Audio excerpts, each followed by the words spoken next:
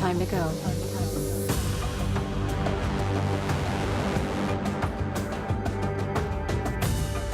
We're clear.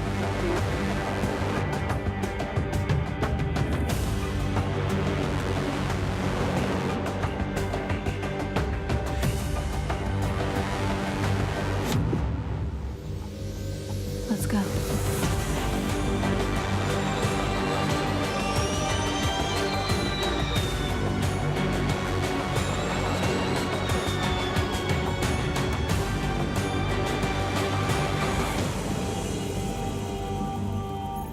Hazard ahead. Take the next right.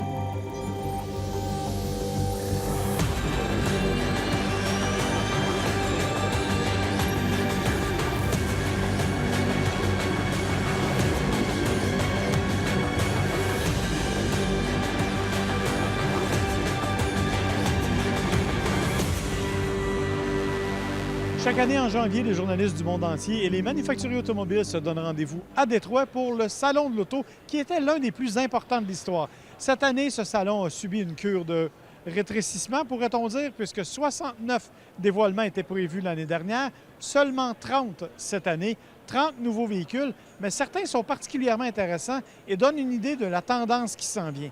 C'est notamment le cas chez Nissan. Le constructeur japonais nous a présenté un concept, le IMS, qui est une berline surélevée. Bon, berline surélevée, c'est en fait un peu le moyen terme entre le VUS et la berline traditionnelle. Dans ce cas-ci, c'est un design particulier qui permet d'offrir un habitacle de style lounge, beaucoup plus dégagé, avec beaucoup d'espace intérieur et un design extrêmement moderne. La planche de bord, notamment, est composée de 4 écrans. Les sièges sont offrent beaucoup plus d'espace et de support.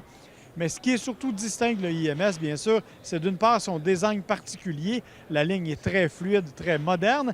Et la plateforme elle-même, qui est une plateforme électrique qui permet d'avoir une autonomie de 483 km, ce qui est énorme.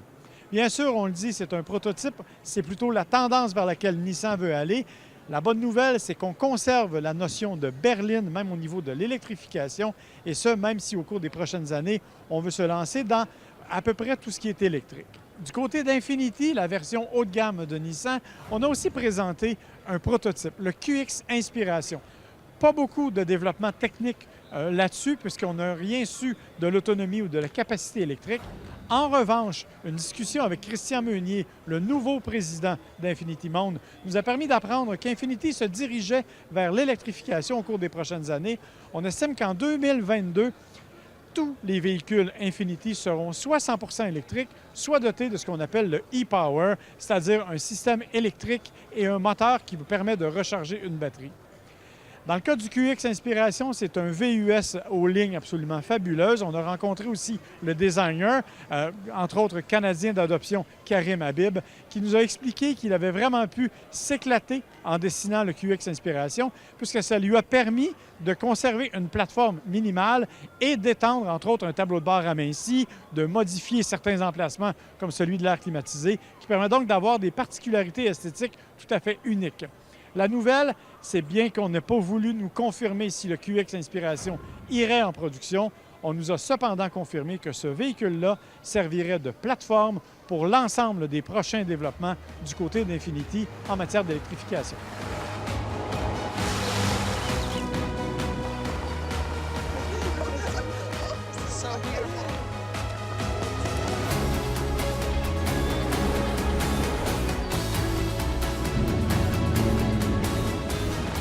Hey, do you need any help? That would be amazing. Thank you.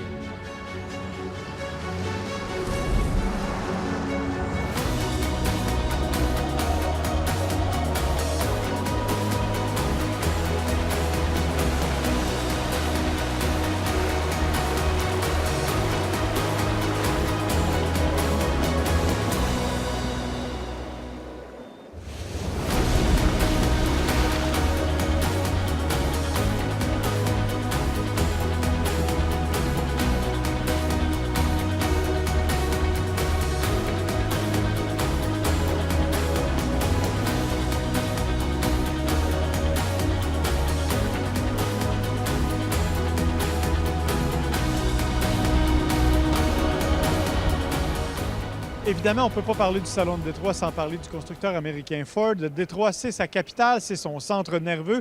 C'est ici qu'il se désigne normalement comme étant le centre des activités. Et bien sûr, on en profite pour présenter de nouveaux véhicules.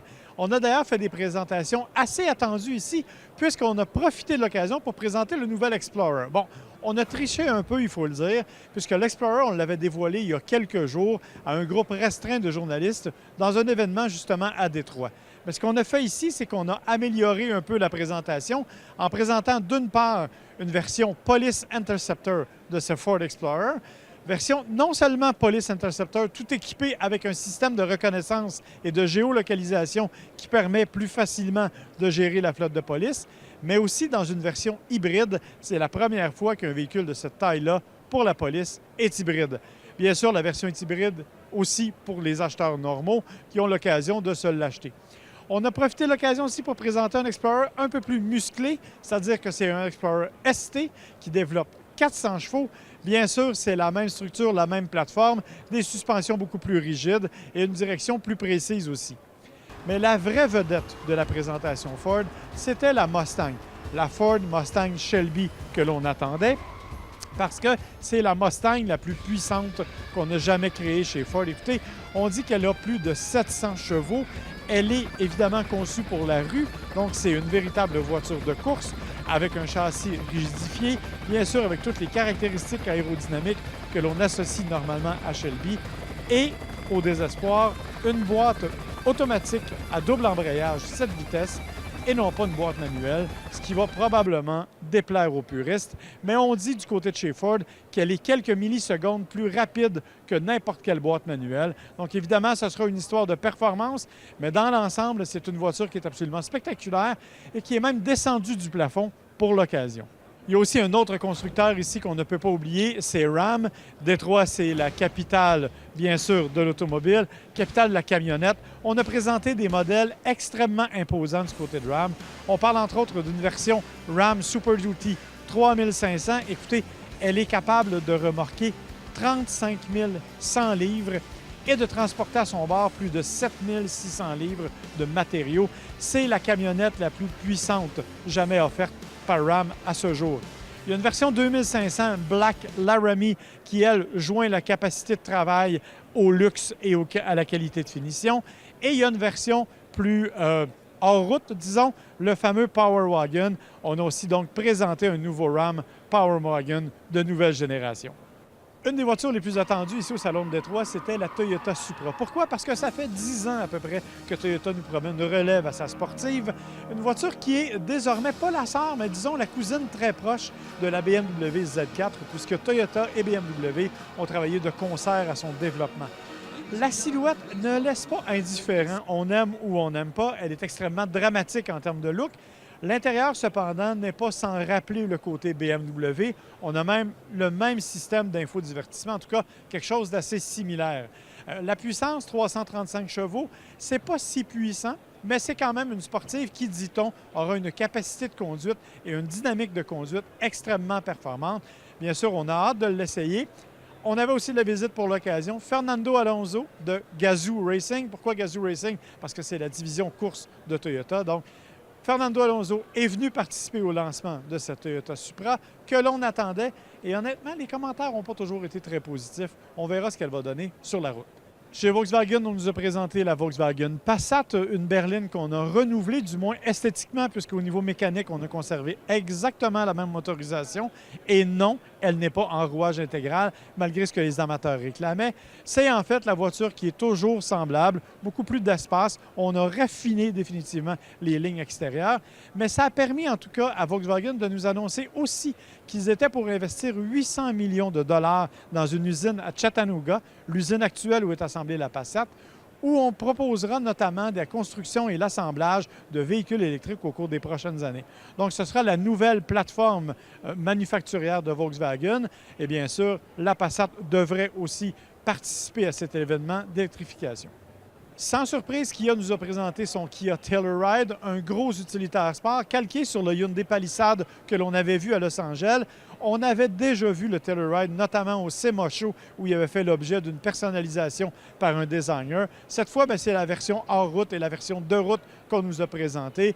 On vous le dit, c'est un gros utilitaire, 3 rangées, au design assez traditionnel. On espère chez Kia, bien sûr, être capable de combler ce qu'on avait déjà proposé il y a quelques années avec le Borrego, mais cette fois avec quelque chose qui est beaucoup plus capable au niveau hors route, rouage intégral de performance notamment. Le véhicule devrait arriver au cours des prochains mois du côté de Kia Canada. Chez Hyundai, on a joué la carte de la discrétion parce qu'en fait, c'est un véhicule qu'on avait déjà vu au Canada, qui est déjà arrivé au port, en fait, canadien. C'est l'Elantra GT N-Line. Dans les faits, c'est une voiture qui a subi un changement esthétique. Elle est à peu près similaire en termes de motorisation à ce qu'on nous propose déjà, mais elle a été annoncée au Canada il y a quelques semaines déjà. Donc, ce n'est pas une nouveauté. On avait aussi présenté la nouvelle version de course de la Veloster N, mais encore une fois, ce sont des nouvelles qui vont toucher surtout les Américains. Au Canada, c'est un peu différent. La petite voiture, la petite Elantra GT, arrive chez les concessionnaires au cours des prochaines semaines.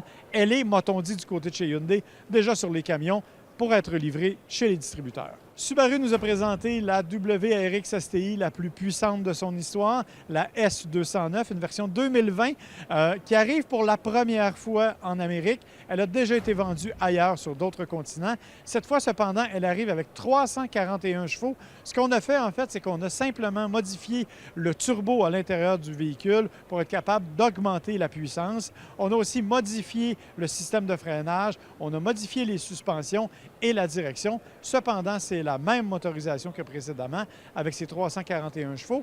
Autre détail, la S209 sera disponible uniquement avec une boîte manuelle, ce qui est une bonne nouvelle et qui va un peu à l'encontre de la tendance des voitures sportives. Évidemment, cependant, elle sera en nombre limité au Canada. Il faudra donc faire vite si vous voulez vous procurer cette nouvelle voiture de performance.